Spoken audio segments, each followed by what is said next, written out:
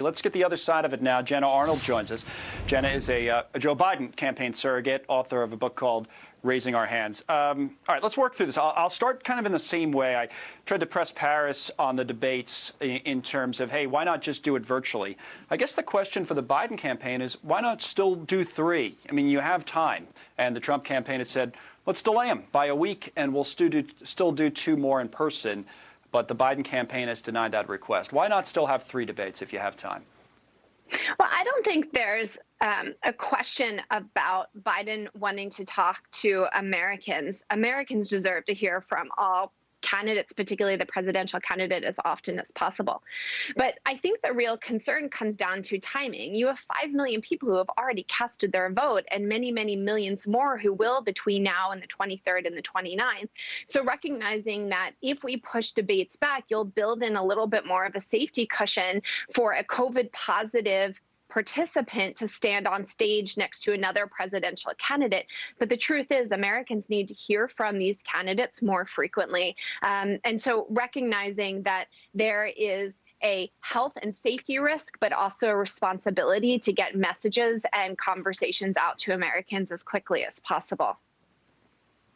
All right, I would say, Jenna, to that point, the one candidate that, and we've established, we understand he's leading in the polls, but the candidate that Americans probably need to hear from more than they have in terms of tough questioning is Joe Biden. And, you know, if you have more debates, then maybe you are forced to answer a question on the Supreme Court, for example. Isn't it fair to say that whatever the answer is, yes, no, maybe so, that there's some sort of an answer to the idea of, hey, will you pack the court if you win? And so far, neither Joe Biden or Kamala Harris has directly answered that question. Isn't it fair for the people, if Joe Biden wants to be president, to demand an answer to a question like that? I do agree with you. I think that's a fair question to be answered. My hunch, independent of my role as a surrogate, is that they don't know the answer to that yet. I mean, we're looking at yeah, they're looking at a SCOTUS confirmation with 20 some odd days to go. This is unprecedented. She is a candidate that does not reflect Americans in general.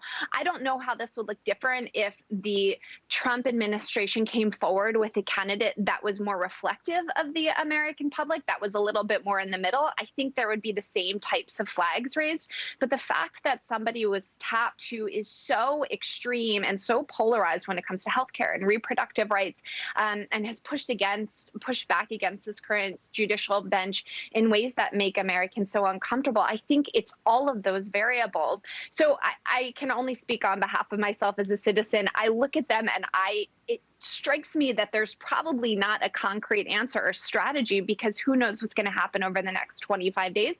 But I think it's fair for Americans to press them on that question. And again, to your point, Biden can be getting out in front of Americans as often as they want. He strikes me as someone who's willing to do it. And I did just see unconfirmed on Twitter that he was willing to raise his hand to do a town hall the evening of the second debate if Trump doesn't want to show up. So I think he's willing to come forward. Yeah. Well, that's different. I mean, that won't be a one-on-one with the president. ABC News has said George Stephanopoulos will do a town hall, I believe, in Philadelphia on the night where they were supposed to have the debate. Maybe you can encourage the president to show up. Well, we'll see. I mean, those are different type of events, and if the president showed up in person, obviously, then we're back to the same situation that we had in the first place. Listen, my kindergartner is learning virtually right now. We have teachers, we have doctor's appointments. Presidents can show up and have conversations with each other virtually given the pandemic.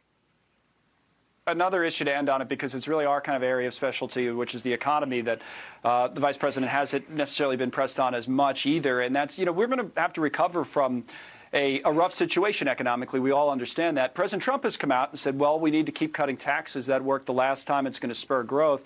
Joe Biden has basically said the opposite, that he's going to raise taxes. In fact, there was an independent report that came out earlier this week saying the Biden plan would raise taxes to the tune of $4.3 trillion over the course of 10 years, whereas the Trump plan would cut them by $1.7 trillion. And the Biden plan, with all of that said, because he plans to spend so much on other items, would still be worse for our deficit. What do you say to that? And what would that do to our economic growth as we try to dig ourselves out of all this? Listen, Americans are petrified about their health, their safety, and the economy. Under Trump's tax plan, he has provided benefits to the wealthiest 1% and to corporations. The 100 richest billionaires in this country just made another $30 billion during this pandemic, while Trump is suggesting and proposing that the $65,000 a year income nurse or teacher should continue to have increased taxes. I think it's really important, and I do think the Biden campaign has done a very eloquent job of making sure Americans know your taxes will only be increased if you make over $400,000 a year. Well, this is about Main Street. We'll try to get Wall into Street. that a little bit more in detail, but right now we're out of time. We did represent both sides. Good discussion. Jenna, thank you. Jenna Arnold with the Biden campaign. Paris Denard before that with the RNC. We'll be right back. Quick break.